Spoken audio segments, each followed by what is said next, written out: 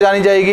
रिक्शिया जयपुरेंस, अब जयपुर का कितना ही बदल दो लेकिन जयपुरेंस इसका मतलब कभी ना कभी भविष्य के अंदर वो भूतकाल में ये जयपुर के नाम से रहा होगा, समझ गए। तो लैटिनीकरण का मतलब उसके नाम को तोड़ मरोड़ दो, क्या कर दो, तोड़ मरोड़ दो। तो तोड़ मरोड़ने से क्या होता है, वो आने क्या है कि पुरानी छवि को दिखाती रहती है। सुन ले भैया, इधर देखें, तो नामकरण क्या है, हमेशा लैटिन भाषा में करने चाहिए। अगली बात कह रहा है कि नामकरण वाले पादप के प्रतिरूप को कहाँ रखना चाहिए, हर्बेरियम में रखना चाहिए। हर्बेरियम जानते हो, तुम लोगों ने भी क्या है कि 12वीं क्लास के अंदर फाइल बनाई थी, और फाइल बनाने के दौरान एग्रीकल्चर की फाइल में तुमने पत्तियाँ चिपकाई थी, तुमने दाने चिपकाए थे, आपने दालें चिपकाई थी, वो सब क्या है, हर्बेरियम था। तो किसी भी पादप को आपने क्या किया, प्राप्त किया, प्राप्त करने के पश्चात आप उसको कहाँ रखा है, ऐसी जगह रखा है जहाँ पर क्या है कि उसका हमेशा के लिए क्या भंडारण हो जाए। कभी मुझे क्या बताना पड़े यार फलाना फलाना पादप कैसा था, निकाल के आपको दिखा दिया, देखो साहब ये फलाना पादप है, समझ गए, उसे कहते हैं हर्बेरियम।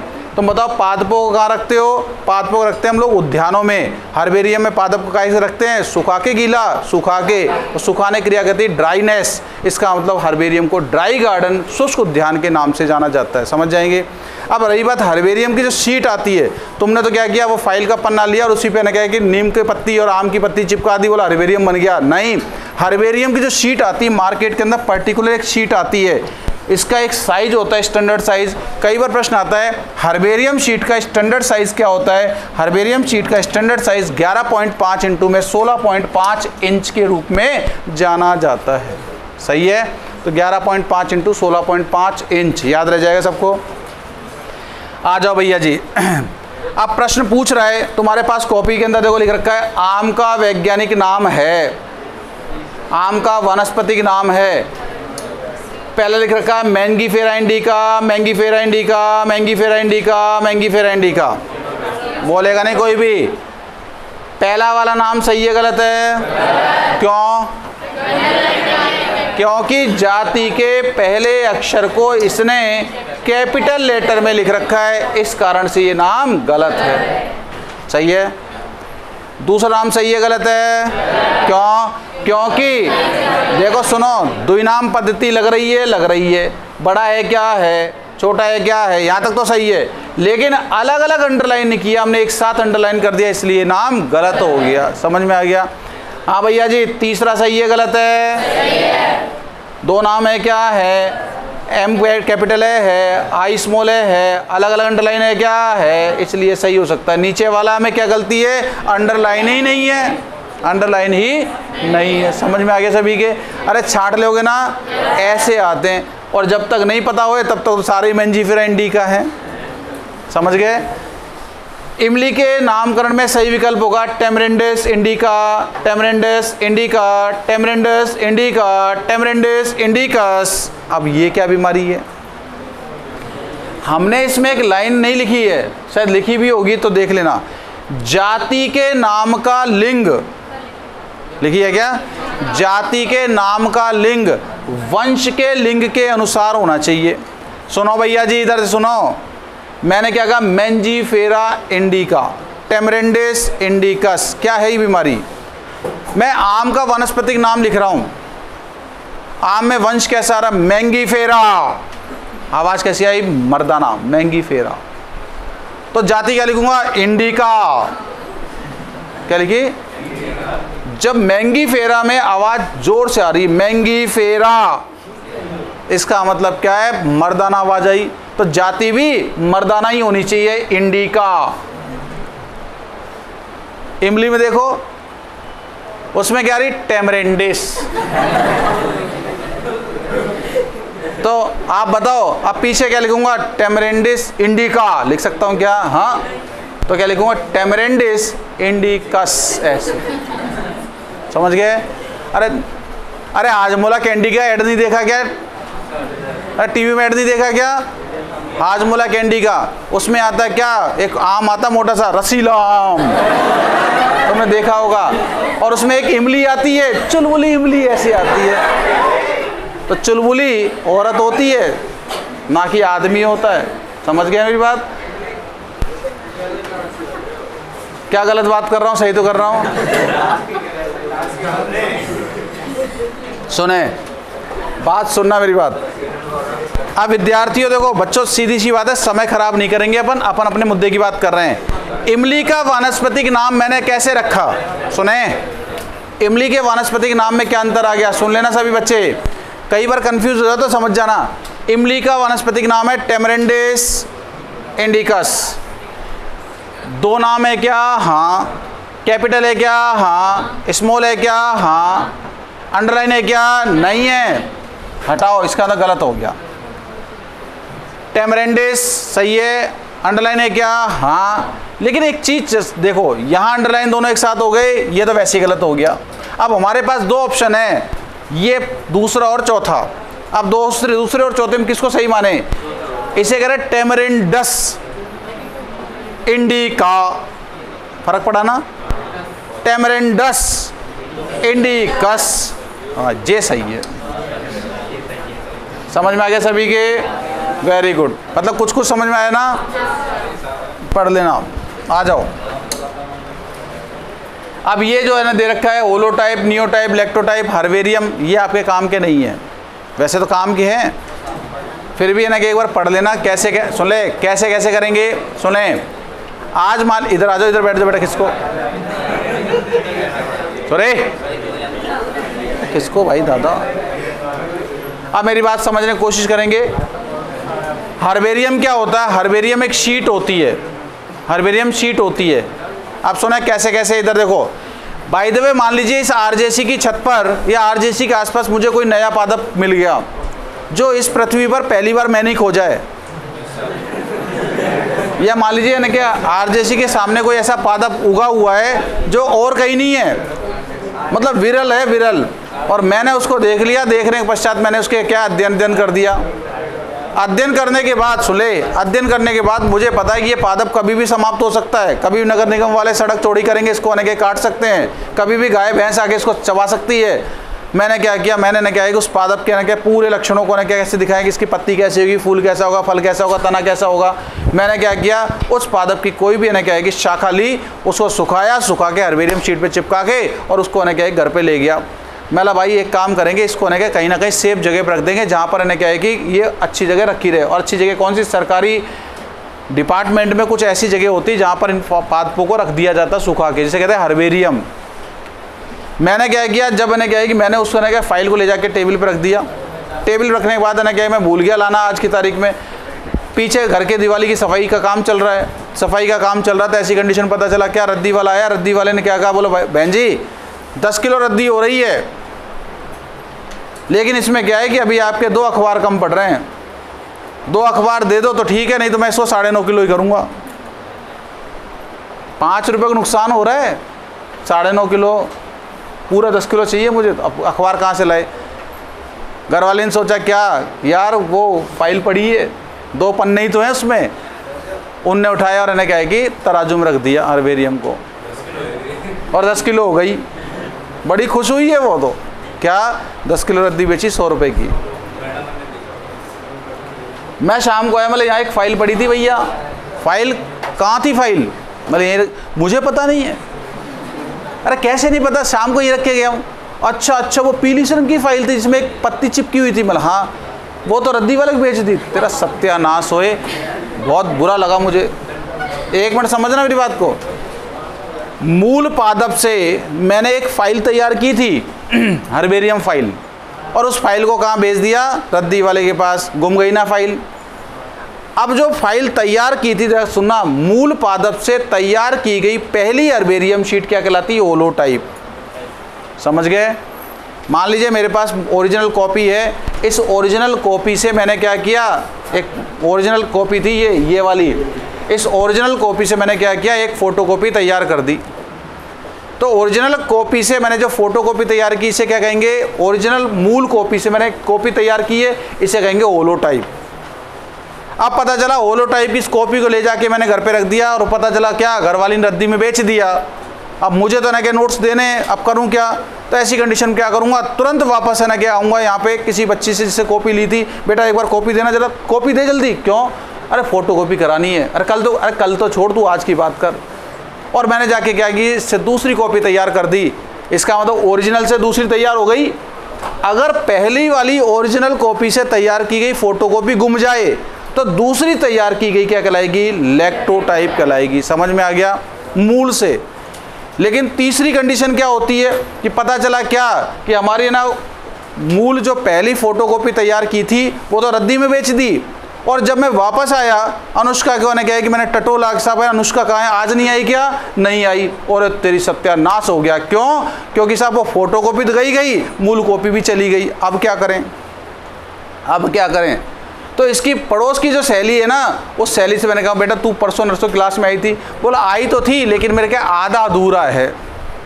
मैंने भी क्या किया था, मैंने भी इन्हें क्या है कि किसी से आधा अधूरा लिखा था, कोई बात नहीं तू तेरी कॉपी दे दे। अर्थात मूल कॉपी नहीं मिली है, बल्कि क्या दूसरी कॉपी से मैंने क्या, अगर कोई है ना क्या है कि फाइल तैयार कर दी तो उसे क्या कहेंगे? नियोटाइप। मतलब इनको आप पढ़ोगे ना तो तुम्हारे समझ में आएगा, बड़ी लैंग्वेज बड़ी अजीब टाइप की आती है। तो ये अपन को ध्यान रखना है। मूल कॉपी से तैयार की गई तो होलोटाइप, मूल कॉपी के नष्ट होने से तैयार मूल कॉपी से दूसरी हर्बेरियम शीट क्या कहलाएगी? नियोटाइप। और ये ना क्या है कि मूल कॉपी और फोटोकॉपी दोनों नष्ट होने से उसी जाति के अन्य पादप से तैयार की गई क्या कहलाएगी? नियोटाइप कहलाएगी। हमारे 3 ही काम क्या आते हैं? वैसे तो टोटल 6-7 लिख रखे हैं, आपको 3 ही पढ़ने हैं, समझ जाएंगे। तो ये जर्नल बातें हो गई, तो इसको घर पे आप पढ़ते रहना, आपको काफ़ी चीज़ें इसमें दिख जाएंगी। अब हमारे मेन मुद्दे की बात सुनो, मेन मुद्दे की बात, यहाँ जाओ। हाँ भैया, मेन मुद्दे की बात, ये क्वेश्चन आता है यहाँ से अक्सर। टैक्सोनॉमी की कैटेगरियाँ देखें, कभी आपने वर्गीकरण किया हो, कभी पढ़ा हो, तो आप क्या लिखते हो? पहले आप लिखते हो जगत, फिर लिखते हो संघ, फिर लिखते हो वर्ग, फिर लिखते हो गण, फिर लिखते हो क्या? कुल, फिर लिखते हो वंश, फिर लिखते हो जाति। सबसे बड़ा कौन होता है? जगत। सबसे बड़ा कौन? जगत। अब सुनो भैया, आपसे पूछा जाए बताओ निम्न में से न क्या कौन सी टैक्सोनॉमिक कैटेगरी है, तो आपसे पूछा जाए कि वर्गीकरण में कितनी वर्ग की इकाइयां पाई जाती है, टैक्सोनॉमिक कैटेगरी कितनी होती है? 7। कौन सी है? किंगडम, डिवीजन, अगर सुना पादप है तो डिवीजन, और अगर जंतु है तो phylum. Class, order, family, genus, species. सबसे बड़ी इकाई किसे कहते हैं? जगत। और सबसे छोटी इकाई किसे कहते हैं? जाति। क्वेश्चन यही आता है। क्वेश्चन क्या आएगा? वर्गीकरण की सबसे छोटी इकाई है, वर्गीकरण की मूलभूत इकाई है, वर्गीकरण की आधारीय इकाई है कौन? जाति। याद रह जाएगा। या फिर कई बार ऐसे पूछ लेता है कि निम्न में से इनका सही क्रम क्या होगा? सही क्रम मतलब पहले लिखेगा किंगडम, फिर लिखेगा क्या? डिवीजन, फिर लिखेगा क्या? ऑर्डर, फिर लिखेगा फैमिली, फिर लिखेगा जीनस। इसका मतलब इस क्रम में लिखा जाएगा। समझ में आ गया सभी के? अरे सही है क्या? तो आपको ये क्रम याद रखना है। पहले किंगडम आता है, फिर डिवीजन आता है, फिर क्लास आती है, फिर ऑर्डर आता है, फिर फैमिली आती है, फिर जीनस आता है, फिर स्पीसीज आती है। समझ गए मेरी बात? कोई दिक्कत हो रही है? बड़े से छोटे की तरफ चल रहे हैं, छोटे से बड़े की तरफ चल रहे हैं? बड़े से छोटे मतलब ऊपर से नीचे उतर रहे हैं ना। ऊपर से नीचे उतरना क्या कहलाता है? आरोही या अवरोही? अवरोही। तो टैक्सोनॉमिक कैटेगरी को किस रूप में लिखा जाता है? अवरोही क्रम में लिखा जाता है। किस में लिखते हैं? अवरोही क्रम में। प्रश्न आएगा, प्रश्न कैसे आएगा प्राची? कि निम्न में से कौन सी टैक्सोनॉमिक कैटेगरी नहीं है? सुन लेना, निम्न में से कौन सी टैक्सोनॉमिक कैटेगरी नहीं है? नंबर 1 क्या आएगा? आपसे पूछ रहा है kingdom. Number 2 order. Number 3 variety. Number 4 genus. समझ गए? ये क्वेश्चन खूब आता है। निम्न में से कौन सी टैक्सोनॉमिक कैटेगरी नहीं है? इन 7 के अलावा जो मिल जाए उसको आप टिक कर जाना। सही है? आ जाओ भैया। जाति शब्द किसने दिया था? जॉन रे ने। पिछले से पिछली साल आया था पेपर के अंदर। जाति शब्द किसकी है? जॉन रे की। जाति की जैविक धारणा किसने दी थी? मेयर ने। और जाति की गतिक धारणा किसने दी थी? लेमार्क ने। समझ जाएंगे? समझ गए ना भैया? जाति की जैविक धारणा, जाति की गतिक धारणा का मतलब क्या है? लेमार्क कहता है जाति हमेशा परिवर्तनशील है। जाति हमेशा परिवर्तनशील है। सही है क्या? हाँ। हमारे जब आदि मानव थे, हमारे जो है ना क्या है कि महापुरुष थे पुराने, तो वो कैसे रहते थे? जंगलों में रहते थे। आज हम जंगलों में रहते हैं क्या? आज महलों में रहते हैं। पहले वो नंगे रहते थे, आज नंगे रहते हैं क्या? कोई नहीं रहते। पहले पत्ते लपेटते थे, आजकल क्या करते हैं? मखमल लपेटते हैं। इसका मतलब पहले क्या करते थे? पहले इशारों में काम करते थे, आजकल क्या? और आजकल तो ज़्यादा इशारों में काम करते हैं। क्या है? लेकिन एक बात हो, पहले वाले मानव और आज के मानव में फर्क है क्या है? इसका मतलब बताओ क्रमोत्तर रूप से विकास होता जा रहा है क्या? हाँ। जाति गतिशील है, किसने बताया था? लेमार्क ने। जाति की जैविक धारणा, प्रश्न पूछेगा मेयर ने जाति की धारणा किस पर आधारित करके दी थी? तो मेयर ने कहा था कि साहब जैविक धारणा दी है। जैविक मतलब क्या है? सजीव के आधार पर धारणा दी है। सजीवों का विशेष गुण होता है भैया, सजीवों का विशेष गुण क्या होता है? प्रजनन। सुनो भाई सुनो, गाय का झुंड खड़ा, वो गाय सांडों का झुंड खड़ा है, भैंस भैंसे का झुंड खड़ा है, बकरियां भेड़ों सबका झुंड खड़ा है। मेयर क्या कहता है? मेयर इससे कहता है शिव कुमार से, शिव कुमार बताओ इनमें से कौन कौन से जाति के एक सदस्य हैं? बोला गुरुजी मुझे नहीं पता। अरे मैं तुमको एक्सपेरिमेंट करके बताता हूँ। उन पशुओं के झुंड के अंदर आप सब जैसे न के बैठे हो, ऐसे झुंड पड़ा था पशुओं का। मेयर जाके एक ही बात, ओए सभी लोग इधर देखो, इधर इधर। बोला हाँ बताओ, तुम्हें पता कौन कौन से एक जाति के सदस्य हैं? पशु बोले नहीं। पता करना चाहते हैं? बोला हाँ साहब पता करना चाहते हैं। तो बोला एक काम करो जैसे मैं कहूँ। बोला साहब बताओ। बोला मुक्त रूप से जनन करना शुरू कर दो। आवाज़ नहीं, मुक्त रूप से जनन करना शुरू कर दो और जनन करने के पश्चात संतति पैदा करके ले आओ। मैं बताऊंगा कौन कौन एक जाति के सदस्य हैं। सबने अपने अपने ने कहेगी जनन करना शुरू कर दिया। सांड और गाय के मध्य संपर्क साधना शुरू हो गया, भैंस भैंसे के मध्य संपर्क साधना शुरू हो गया, बकरे बकरी के मध्य संपर्क साधना शुरू हो गया। बकरी ने साहब क्या किया? बच्चों को जन्म दे दिया, बच्चे को लेके आ गए। बोला हाँ वेरी गुड, तुम एक जाति के सदस्य हो, जाओ। अब साहब वो सारा काम चल रहा था, वहाँ एक गधा खड़ा था। गधा के साथ में कोई नहीं था, उधर एक घोड़ी खड़ी थी, उसके साथ में कोई नहीं था। अब क्या करें? तो ऐसी कंडीशन साहब मैंने क्या है कि गधे ने घोड़ी की तरफ इशारा किया। बोला साहब मेरे साथ भी कोई नहीं, तेरे साथ भी कोई नहीं है। बोला चाहें तो अपन भी।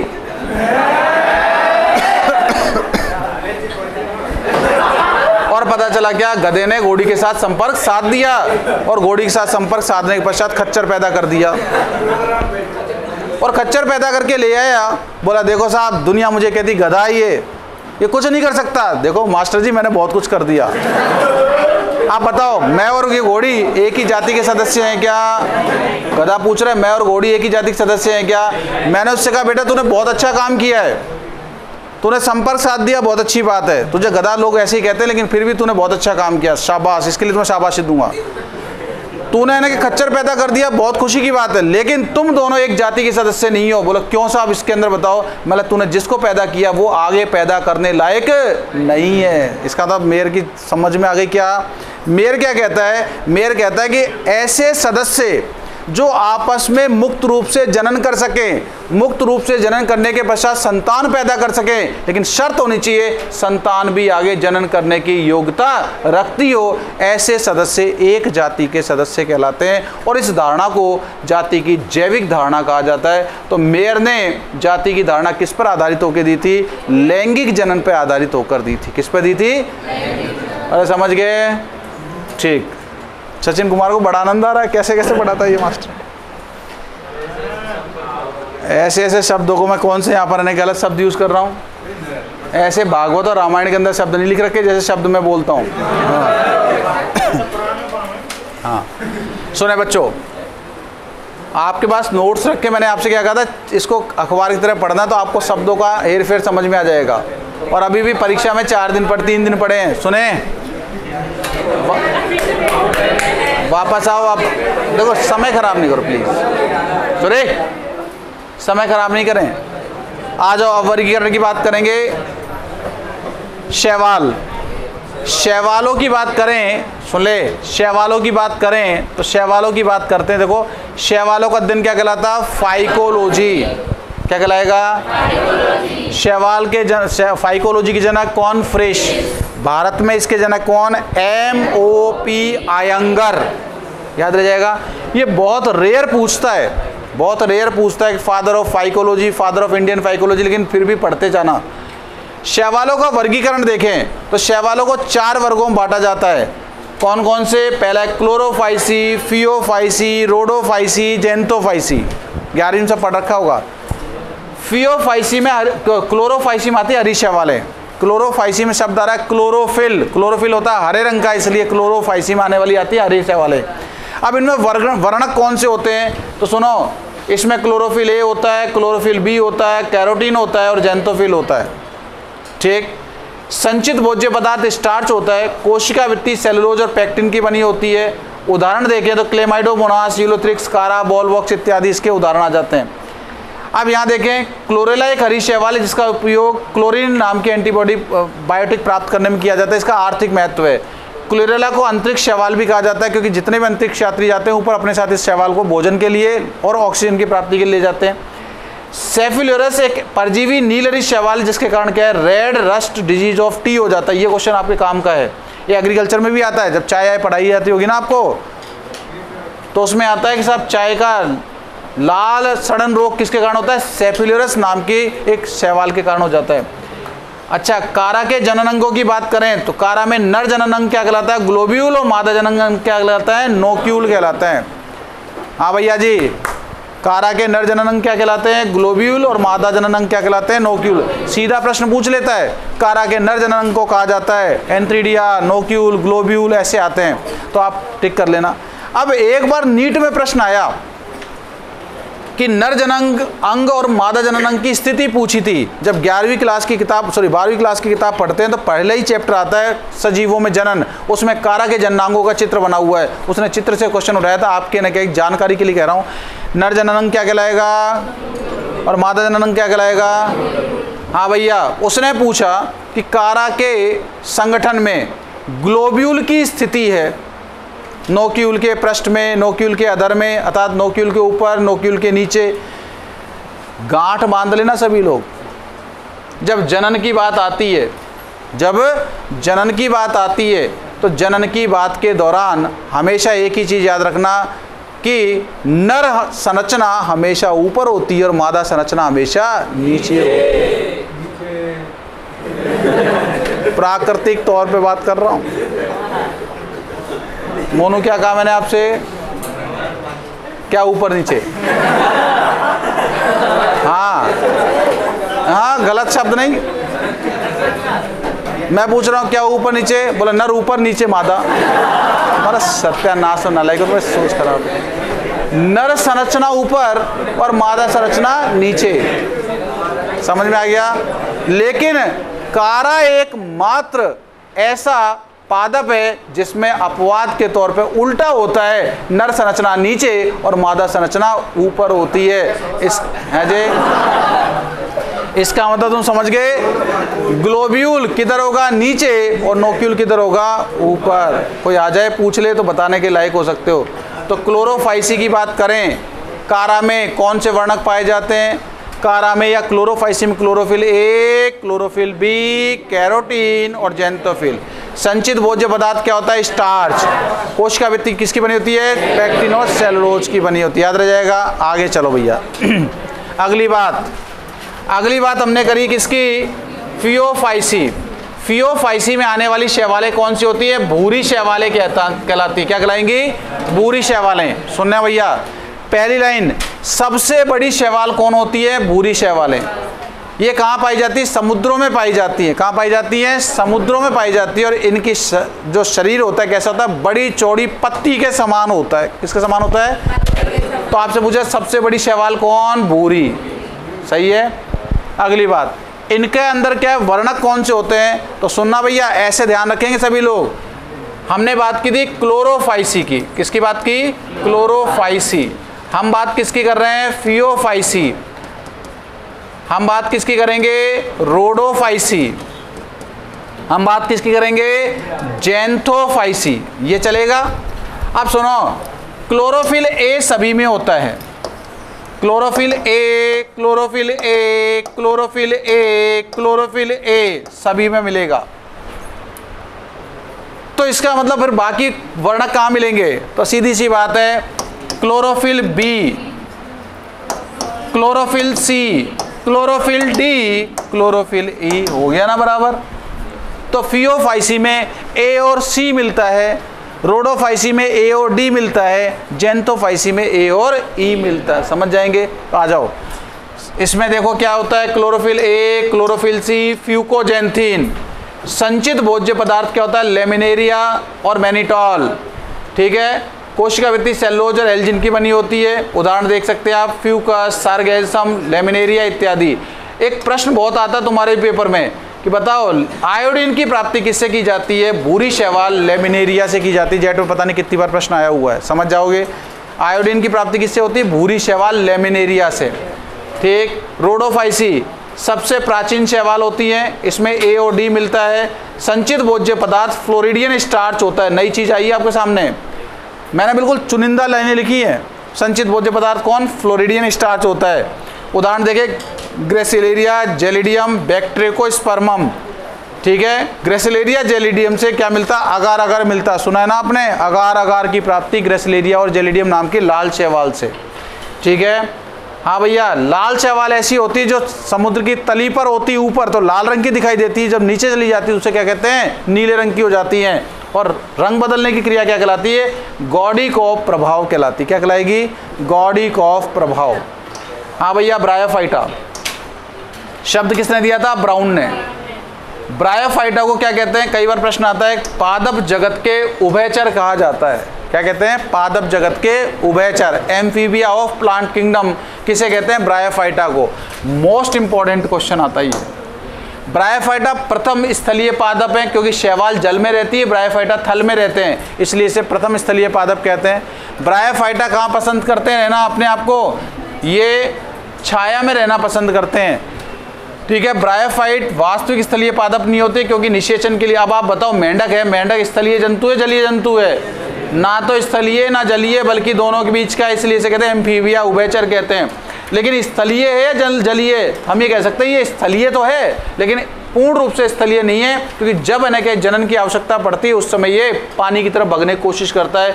इसके शुक्राणु अंडाणु तक पानी के माध्यम से पहुंचते हैं, इस कारण से इसे स्थलीय जंतु सफल नहीं कहा जा सकता। सेम वही है।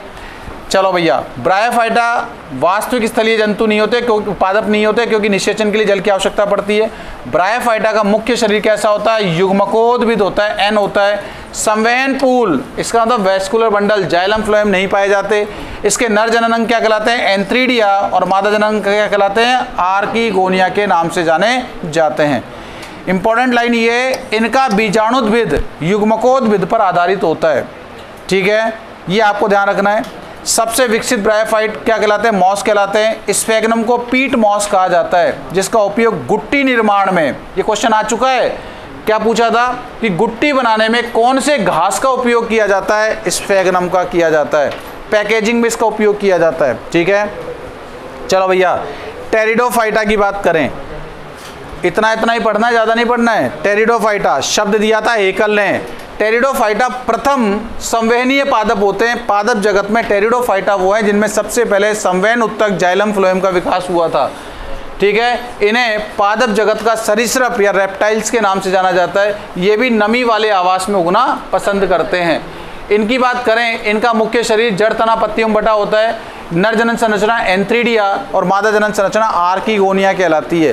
तो आपसे पूछा जाए कि टेरिडोफाइटा में मादा जनन संरचना क्या कहलाती है? आर्कीगोनिया। ठीक है, इसमें भी देखें, सबसे विकसित प्रकार के टेरिडोफाइटा फर्न कहलाते हैं। इनकी विशेषता होती है, इनकी पत्तियां सबसे लंबी होती है, जो कि 2 से लेकर 12 फीट तक लंबी पाई जाती हैं। इनकी जो नई पत्तियां होती हैं वो स्प्रिंग के समान मुड़ी होती हैं। स्प्रिंग के समान मुड़ी होने के कारण इसे क्या कहते हैं? इसे कहते हैं कुंडलित क्रिसले वलन कहा जाता है। और छोटे छोटे रोम पाए जाते हैं, इसे कहते हैं रेमेंटा। क्या कहते हैं इसको? रेमेंटा। ठीक है, अगली बात देखें, जिम्नोस्पर्म। जिम्नोस्पर्म की बात करें तो जिम्नोस्पर्म शब्द दिया था थियोफेस्टस ने। ये पुष्प रहित बीजीय पादप हैं। बीज तो बनते हैं लेकिन इनमें पुष्प का निर्माण नहीं होता। ठीक है, ये अधिकतर मरुस्थलीय प्रकृति के पाए जाते हैं। जाइलम में वेसल तथा वाहिका और फ्लोएम में कंपेनियन सेल अर्थात सह कोशिका का अभाव पाया जाता है। ठीक है, जिम्नोस्पर्म एंडोस्पर्म इसका कैसा होता है? अगुणित प्रकार का पाया जाता है। बीजांड पादप जगत के सबसे बड़े होते हैं। साइकस व जिंगो बाइलोबा को जीवित जीवाश्म कहा जाता है। साइकस रेबुलिटा के तने से साबूदाना प्राप्त किया जाता है। पाइनस जियार्डियाना के भुने हुए बीज क्या कहलाते हैं? चिलगोजा कहलाते हैं। कभी सुना हो आपने? ठीक है, इफेड्रा राजस्थान में पाया जाता है, जिससे इफेड्रिन नाम की खांसी की दवा प्राप्त कर ली जाती है। ठीक है, पाइनस नाम का जो जिम्नोस्पर्म है उसके परागकण कैसे होते हैं? पंख युक्त होते हैं। सीधा प्रश्न आता है, पंख युक्त परागकण किसके होते हैं? पाइनस के। हाँ भैया, वनस्पति जगत का आधुनिक वर्गीकरण किसने दिया था? ओसवाल्ड टिप्पो ने। ओसवाल्ड टिप्पो ने पादप को कितने जगतों में रखा? 2 जगतों में, एक थैलोफाइटा एक एम्ब्रियोफाइटा, जिसमें भ्रूण का निर्माण नहीं हो थैलोफाइटा, जिसमें भ्रूण का निर्माण हो एम्ब्रियोफाइटा। ये फालतू की बातें हैं, इतना डीप में जाने की आवश्यकता नहीं है, समझ जाएंगे। क्योंकि बच्चों देखो क्या होता है, टैक्सोनॉमी एक ऐसा टॉपिक है, पूरी बायोलॉजी की नींव है, हमें बिल्कुल जीरो से सारी चीज़ें आनी चाहिए। टैक्सोनॉमी अगर हम पढ़ने बैठ जाए ना तो कम से कम 500 पन्ने में टैक्सोनॉमी होती है, जिसको सेकंड ग्रेड वाले बैच में हम लोग पढ़ाते हैं। तो सेकंड ग्रेड के बैच में टैक्सोनॉमी में लगभग मुझे 1.25 महीना लगता है, तो हम इतना डीप पे जाने की कोशिश नहीं करेंगे। हाँ, आपसे पूछा है लाल चाय वालों का संचित भोज्य पदार्थ कहलाता है स्टार्च, फ्लोरिडियन स्टार्च, लेमिनेरिन ऐसे आता, तो आंसर क्या आएगा? Floridean starch. वर्णक कौन से पाए जाते हैं? वर्णक ध्यान रख लेना, कोशिका भित्ति किसमें क्या पाई जाती है, थोड़ा सा ध्यान रख के चलेंगे, ठीक है। तो जर्नल चीज़ें इसकी हो गई। अब जितने बच्चे बैठे हुए हैं कॉपी निकालें फटाफट। टाइम कितना हो गया? 9:20 हो गया ना। फटाफट कॉपी अरे पढ़ लिया ना वैसे आपने इसको? देखो भैया कॉपी निकालो, कॉपी निकालेंगे। और कॉपी निकालने के बाद कल चल के आ रहा था हमारा चल रहा था वृद्धि, सही है। अब मैं लिखा रहा हूँ, लिखो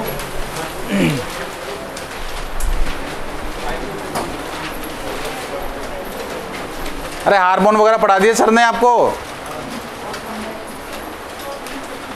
ऑक्सीजन जिब्रेलिन थोड़ा सा पढ़ाया था, कैसे नहीं पढ़ाए? जिब्रेलिन की प्राप्ति जिब्रेला फ्यूजिकोराई नामक कवक से पढ़ाया था क्या? GA3 को प्राकृतिक जिब्रेलिन कहते हैं, IAA को प्राकृतिक ऑक्सीजन कहते हैं, पढ़ाया था ना। ऑक्सीजन शीर्ष प्रमुखता का प्रेरण करेगा। ऑक्सीजन क्या करेगा? ऑक्सीजन ने क्या है कि जड़ों का आरंभन करेगा। जड़ों के आरंभन में कौन सा ऑक्सीजन काम आएगा? IBA खरपतवार नाशी के रूप में 2,4-D 2,4,5-T पढ़ा दिया ना सबने? पूरा पढ़ा दिया भाई? पढ़ा तो दिया ना, ठीक। फलों को पकाने वाला कौन? इथाइलिन। C2H4 पढ़ा दिया। प्राकृतिक वृद्धि निरोधक कौन? Abscisic acid. पुण्य जी पढ़ा गया ना सारा? ठीक साहब, हेडिंग डाल लो प्रकाश संश्लेषण। प्रकाश संश्लेषण,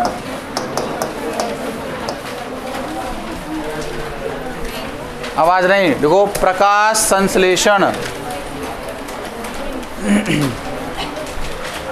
एक क्वेश्चन आएगा क्या? ये तो उनका चल रहा है, उनको चलने दो, सही है, उनसे हमें कोई मतलब नहीं है। वो चैप्टर तो पढ़ाएंगे, मैंने कल देखा था बहुत सही पढ़ा रहे थे, वो सही पढ़ा रहे, कोई टेंशन वाली बात नहीं है। हेडिंग डाल लो प्रकाश संश्लेषण। उनके तो ना क्या पन्ने छोड़ देना 3-4 और, मेरा चलो आगे। देखो नाम से पता चला प्रकाश की उपस्थिति में भोजन का निर्माण क्या कहलाएगा? प्रकाश संश्लेषण। देखो पादप में प्रकाश की उपस्थिति में, पादप में प्रकाश की उपस्थिति में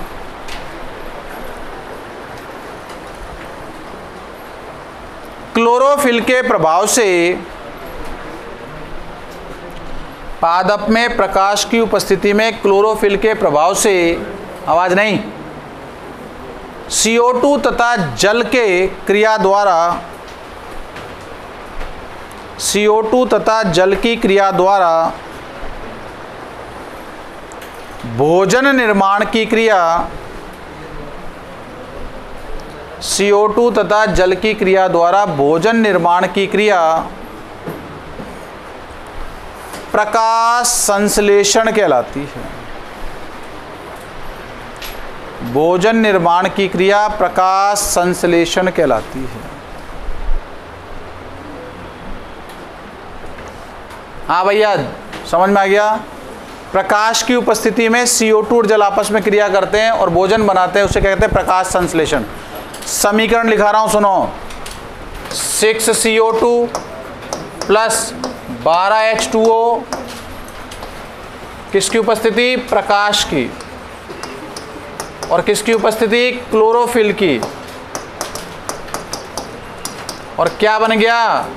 C6H12O6 plus 6O2 plus 6H2। ठीक, कोई दिक्कत नहीं है। ये क्या बन गया, मुख्य उत्पाद, क्या बना, और ये क्या बना, सह उत्पाद। उतारो फटाफट उतारो, टाइम नहीं लगाएंगे बिल्कुल ही। 6 CO2 12 H2O in presence of sunlight C6 H12O6 6 O2 + 6 H2O। आपसे पूछा जाए कौन सी समीकरण प्रकाश संश्लेषण के लिए सही समीकरण है, आप देख के इसको बता सकते हो।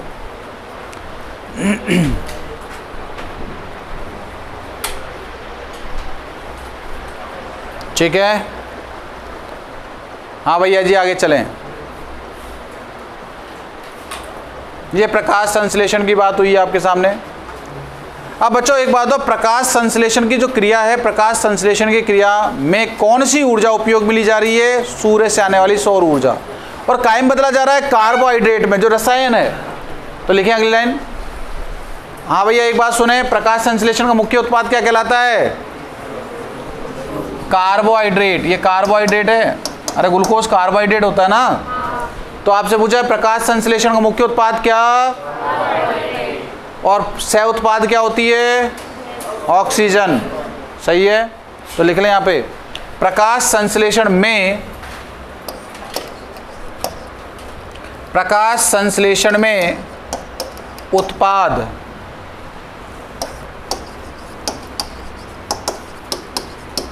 मुख्य उत्पाद क्या है, कार्बोहाइड्रेट, और सह उत्पाद क्या है, ऑक्सीजन। कार्बोहाइड्रेट में बेटा क्या लिखेंगे ब्रैकेट में, सुक्रोज। क्या होता है ये, सुक्रोज। अपन को पता है ग्लूकोज ग्लूकोज आपस में जुड़ के क्या बनाते हैं, स्टार्च अणु बनाते हैं। ग्लूकोज फ्रक्टोज मिलकर क्या करता है, सुक्रोज बनाता है। तो प्रकाश संश्लेषण में मुख्य उत्पाद क्या बनता है, सुक्रोज बनता है। ठीक है, अगली बात, नेक्स्ट बिंदु, प्रकाश संश्लेषण में सौर ऊर्जा का रूपांतरण,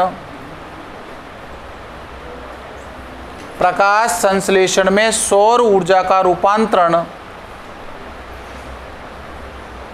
रासायनिक ऊर्जा में, प्रकाश संश्लेषण में सौर ऊर्जा का रूपांतरण किस में करते हैं, रासायनिक ऊर्जा में किया जाता है। प्रकाश संश्लेषण में सौर ऊर्जा का रूपांतरण रासायनिक ऊर्जा में किया जाता है। ठीक है, अगली लाइन लिखो, प्रकाश संश्लेषण एक रेडॉक्स